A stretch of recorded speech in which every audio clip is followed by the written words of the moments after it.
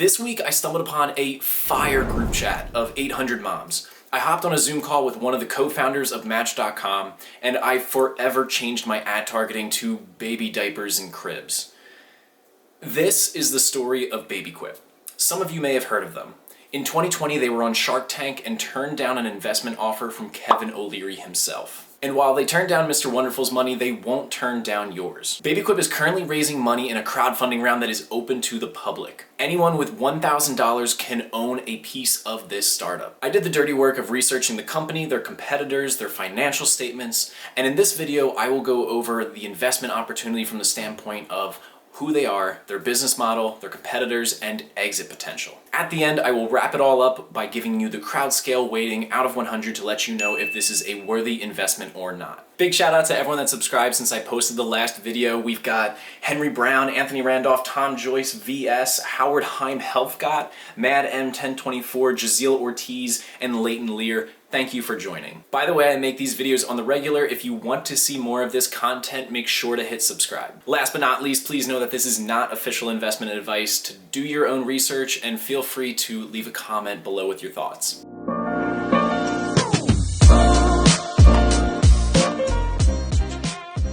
For those of you that are unfamiliar, Babyquip is basically the Airbnb of baby equipment. Let's say you're traveling from New York to Topeka, Kansas to see some corn and baby James has to come with. Well, baby James needs his stroller and his crib and whatever this thing is. Basically, babies come with a lot of equipment and this can be expensive and or annoying to bring with you. So, Babyquip lets you rent baby equipment. They've established a network of quality providers that will deliver clean, sanitized baby equipment to wherever you want. You just select the gear you need and confirm the dates and desired location. The quality providers get a revenue stream and you get to travel light and focus on the more fun parts of your trip. So who are these quality providers, or QPs as Babyquip refers to them as? The majority of QPs are stay-at-home moms, and 15% of quality providers actually started out as customers of Babyquip. In total, Babyquip has over 800 independently contracted quality providers throughout their network. Prospective quality providers have to undergo an application, an interview, a background check, and extensive training on cleaning, safety, and hospitality. They also need to foot a $200 administration fee, so joining is no joke.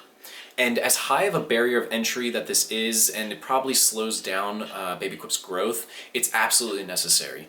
Parents don't mess around with their kids' health and safety, so ensuring that you provide a premium, safe experience is critical to Babyquip's success, and it's a worthwhile trade-off. Babyquip even built a Facebook group for their quality providers where they can share tips, success stories, and questions. And let me tell you, that Facebook group is popping. They've got 800 members, but they got, look at this, 15 posts a day, 13 posts a day, 16 posts a day.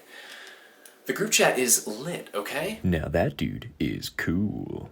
If you want more cool content from a cool dude, I suggest you hit subscribe. All right, now let's talk dollar bills. I gotta stop with this. When a rental is booked on Babyquip, the overall majority goes to the QP. Another small percentage goes to processing fees and lead generation. The rest, about 27%, that becomes Babyquip's money. And with an average order value of $190 per transaction, that is a pretty good haul for Babyquip. A few good things that I like to see is that they've improved nearly every metric since 2019. Profit per transaction has improved to $21 versus $8 in 2019. Average order value is up $190 versus $169, and customer acquisition costs have improved from $18 to now $15. When I talked to Fran, the founder, on Zoom, she seemed confident that they could further improve their customer acquisition cost. They've put a lot of partnerships in place with parties like Vrbo and hotels so that they don't have to spend as much money on paid advertising and can rely on those partnerships to fuel their lead generation. Babyquip plans to release a mobile app of their service later this year. This is a big move. All of their customers are traveling, and so being able to access all your details and communicate with your QP on the go is extremely important and will definitely enhance the user experience. Another lever of growth is coming from their new offering, Babyquip Cleaning. Basically, they're extending their network to clean baby equipment. They've started training their quality providers to provide this additional service, and it will open up a new revenue stream for the company. When I talked to Fran, the founder of Babyquip, she seemed confident that they could achieve profitability in 2023 or 2024.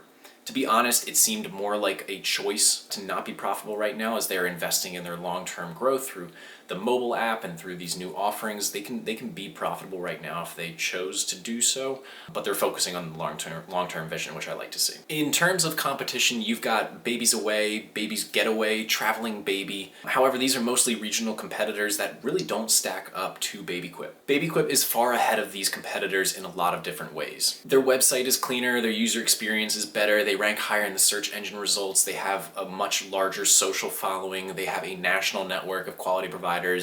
You get it. I'm not at all worried about competitors in this space. My biggest fear is if Airbnb or Vrbo decided to let their hosts offer this service. But Fran was able to assuage any concerns there. They actually already have a partnership in place with Vrbo, and it works in a way that Vrbo actually refers clients to Babyquip. There's no such partnership in place with Airbnb yet, but apparently a few years back they tested out offering this service, and after trialing it, they decided not to pursue it. So that makes me feel more comfortable as an investor. Babyquip is valuing themselves at $18 million in this current round. It's honestly a little bit higher than what I would have hoped to see, but I think the premium comes from the fact that they've proven out the demand, they've built out a network of quality providers, they have a high promoter score so people really like the service, and they've beaten all their direct competitors to the top. The fact that they got on Shark Tank and were offered a deal probably helps as well. There's a lot of risk with any startup, but Babyquip covers off on a lot of the basics, and so I think it's fair for them to place a premium on their valuation in this round. All right, let's put Babyquip on the scale and see how they do.